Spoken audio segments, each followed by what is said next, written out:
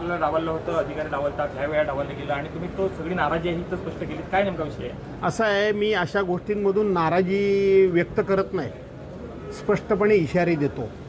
मी आज अधिकाऱ्यांना इशारा देऊन टाकलेला आहे की अशा पद्धतीनं तुम्ही राजकारण करून जाणीवपूर्वक आम्हाला आमच्या कर्तव्यापासून आणि हक्कापासून डावलण्याचं काम करत असाल तर मी अधिवेशनमध्ये तुमच्या विरोधात हक्कभंग मांडेन. अशा पद्धतीने तुम्ही राजकारण करायला या ठिकाणी आलेले असाल तर मी ते राजकारण तुमचं सहन करणार नाही आणि ज्या दिवशी मी हक्कभंग मांडेन त्या दिवशी तुम्हाला घरीच पाठवेन.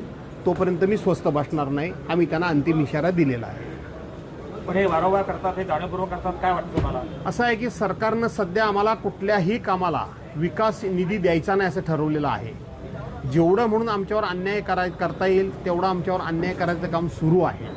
अनेक प्रकारचा त्रास देण्याचं काम हे सरकारचं सुरू आहे.